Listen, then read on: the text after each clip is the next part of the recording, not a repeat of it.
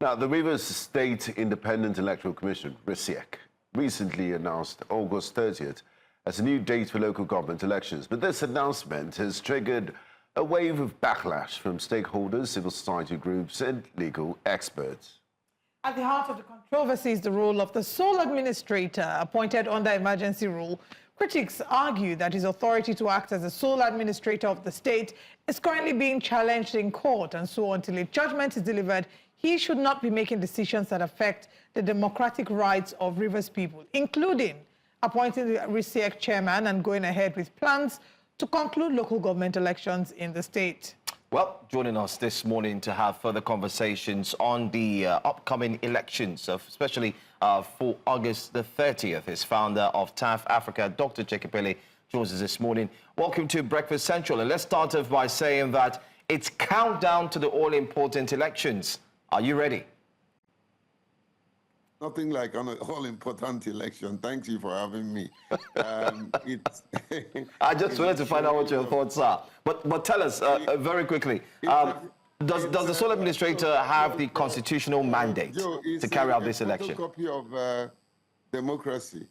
Very, very disheartening, to say the least. It's unfortunate that there is a court injunction in place, not that it's been passed. However, the federal government, I think the Attorney General, have acknowledged that, and they also have responded. I think they should wait for the judgment before going ahead with this election. And I believe that the judgment will restrict them and constrain them from going ahead with this election. It's a total slap on the face of democracy. The current administrator, or the administrator, is totally illegal. Every aspect of law, every lawmaker, every lawyer in the country have said that his position, his appointment, his administration is totally illegal. So we can have an unelected individual superintending over elected process. I've never seen that happen anywhere in the world. Yes, except military transition, which is named transition, but this is an absolute laughable democratic process. It has no value of any kind. And so I am using this opportunity to appeal to the President and the Attorney General to put on hold. I don't know the rush. It was the same way they rushed out a sitting elected governor, and now they want to also rush in an electoral process that is flawed, totally flawed, and cannot hold. At the end of the day, the consequences would play out, because you will see a barrage of court cases challenging the legality of this forthcoming election. So I wouldn't say that everything is ready for it. Neither will I also, I want to caution that the youths of Rivers State, the people of Rivers State, shouldn't do anything that will break the law. Okay. Let peace reign, and we will continue to advocate. If Nigeria will not hear us, the world will hear us. Now, Dr. Epelle, the Nigerian Senate has been acting as in inverted commas, the State House of Assembly. They've been providing oversight functions for the sole administrator. Where do you think all this conversation and the rush to conduct local government elections emanated from? And shouldn't they have done a better job in their oversight functions of checks and balances, knowing that constitutionally only the governor has the right to call for elections? And by the way, the state of emergency should be elapsing the first 6 months verdict in a few months. So why the rush? Few days, actually. I will say that when the Senate and the entire lawmakers had the opportunity to, to be able to help us sustain the dividend of democracy, they took to a voice vote that didn't have any voice. And that's why we are where we are. Now they are doing too little, too late. And I don't think they will be able to rescue democracy on which platform they were elected. It's unfortunate that, people look the other way when their own personal interest is ahead of a national interest. And I think this is where we are in this country. And I'm asking a simple question. Where are the Democrats? In the National Assembly, where are the Democrats? Where are the people we elected to defend us and to defend the Constitution? Where are the people that will stand up to say, this should not happen to Rivers State and Rivers people? It's unfortunate. There are very, very, very few voices in the National Assembly that is willing to do the right thing. I say it, many of them are my friends. It's unfortunate that whenever party or an individual interest is on the table, they will rather put that person's interest at the expense of a whole country. This is not good for our democracy. We're consistently violating our Constitution, making it look laughable, and we think that the whole world will watch us and applaud us. This is not right. And Mr. President, the time is always right to do what is right. What are your I hopes? am one of the people that kept saying to you, your legacy is more important than individual interests. What are your hopes, Mr. Epelle? What do you expect that the government does? You're calling on Mr. President. The emergency rule was criticized for the longest time by you and a lot of elder statesmen in Rivers State. Unfortunately, we could see that the emergency rule still held and the governor has not yet been reinstated. So what are your hopes? What do you expect the presidency to do after this? And beyond what you expect, do you genuinely expect that your expectation will be met? The last question is tough. Look, listen, this is my position. When good men keep quiet, evil will thrive. Someone will say, all that you've been saying, nothing has happened. It doesn't matter. It will go down in history that there were people who stood up, said what is right, stood for what is right, in spite of the inconvenience. However, what do I expect the president to do? Do the right thing. Return the elected governor of the state, allow him to conduct local government election. That's what is expected. And that's what every leader that truly, really wants peace and wants to be remembered for the good thing that leader will do. So that said, the president should bring back the governor that he removed with element of unconstitutionality. Two, remove this animator that you guys call administrator, let him go home, but hold him accountable for every cent, every penny or kobo, that he spent. He should account for it. And I can tell you, whether he likes it or not, there are people who hold him accountable at the end of his tenure. So he has to be careful. He's not a threat. He has to be careful what he's doing, because you cannot spend Rivers people's money and you think we will fold our hands. It's not going to happen. Talking about spending the River State money, we also hear that there are, seems like it's rumors that the monies being spent are actually borrowed. We don't know how true that is.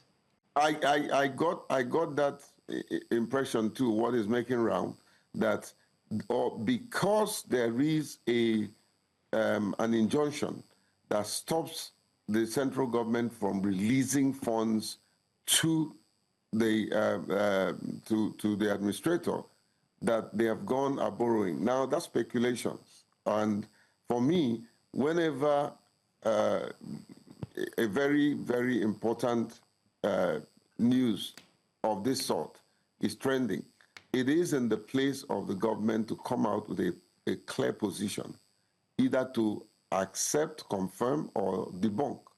And if you allow this news of the fact that they are operating on a borrowed fund, if it keeps circulating, then we will come to a conclusion that is true, you know. So if that is true, Joe, that is very, very, very unforgettable or unforgivable, in the sense that who will pay the interest that the banks will charge as a result of huge amount that they have borrowed? Who will pay the interest? Rivers taxpayers, people. Rivers allocation will be used. This is what is happening playing out before our very eyes, and it's not good, you know. So I challenge the federal government, you know. They have all the apparatus. They have the Twitters of this world, the televisions, the newspaper. Let them come out with a clear position to say, no, this is total false and a misunderstanding. Central Bank has been releasing funds, and that's what we're spending. Central Bank should come out to say, no, this is not true. We have been releasing the fund. And if you have, let's also ensure that you're not breaking court orders, you know, because I know that there is an injunction which they have challenged, you know, restraining Central Bank from releasing the funds.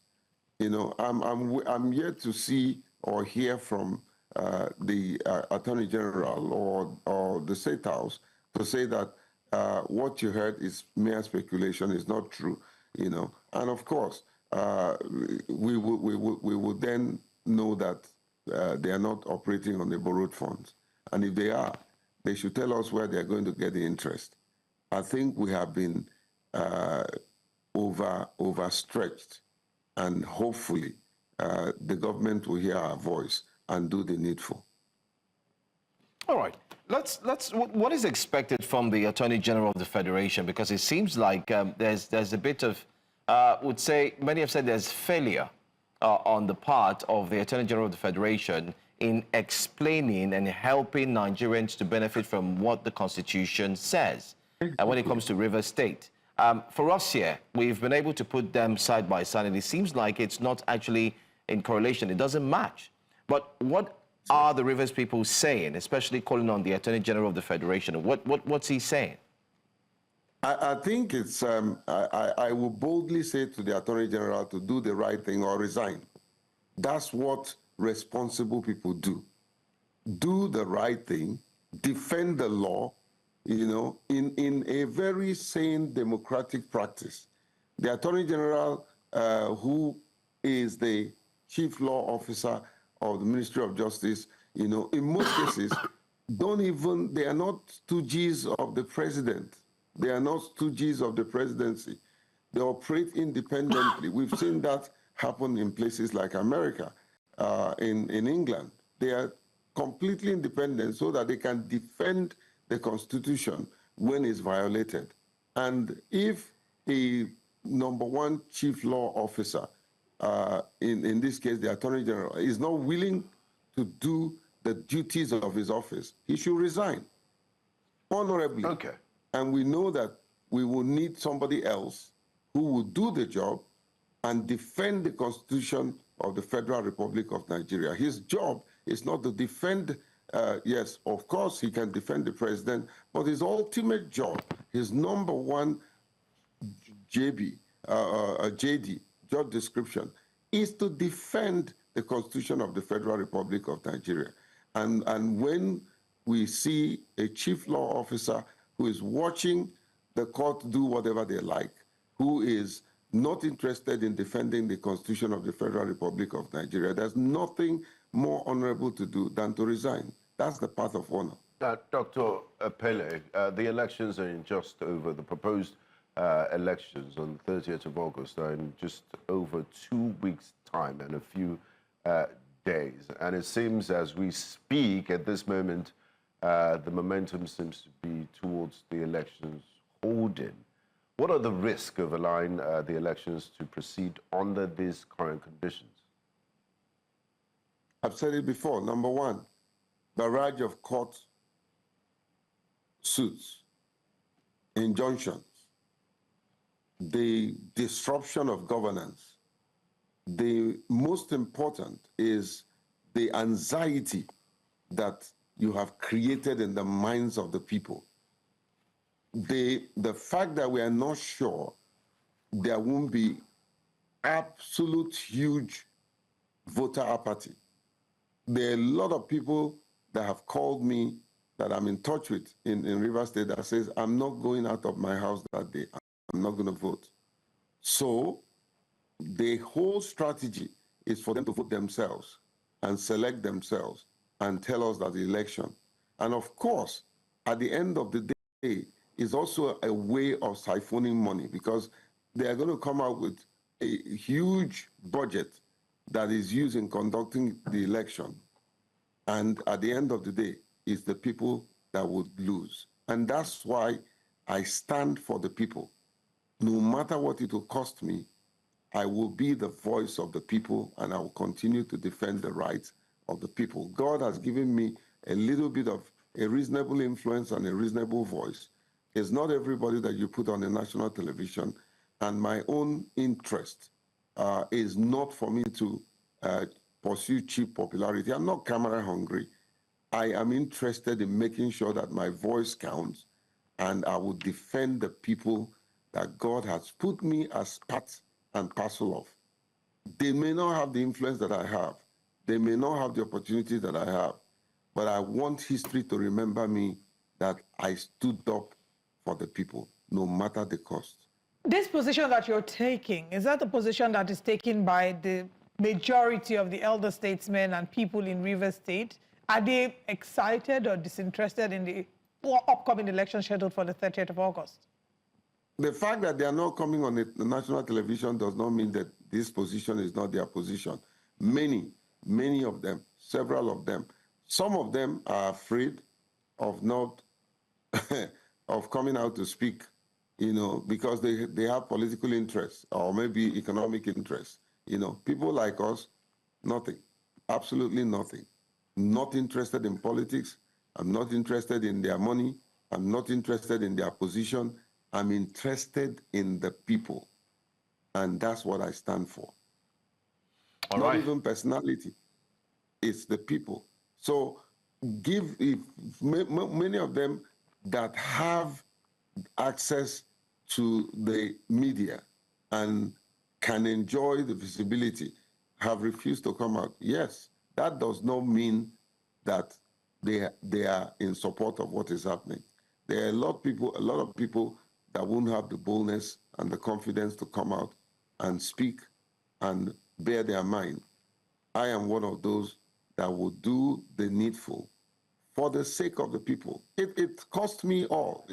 There are a lot of things I lose as a result of this, but I would rather lose personally and win people on the side of the people than anything else. This is the best moment of one's life, the moment to defend the integrity of democracy, the moment to defend the people of Rivers State. This is why God put me in that locality so that I will not keep quiet when evil is thriving. All right. Thank you so much, Dr. Epelle, for joining us. And we look forward to see what will happen in the coming days and weeks as August 30 is just around the corner. And hopefully we'll get to speak with you again. Give my love to everybody in New Central. You guys are the best, and just keep being the best. My sister, I haven't seen you for a very long time. You know, your voice brings color to the conversation. Thank you so much for what you guys do. Thank you, Dr. This is a Epelle. national service. Thank you very much. Thank you very much.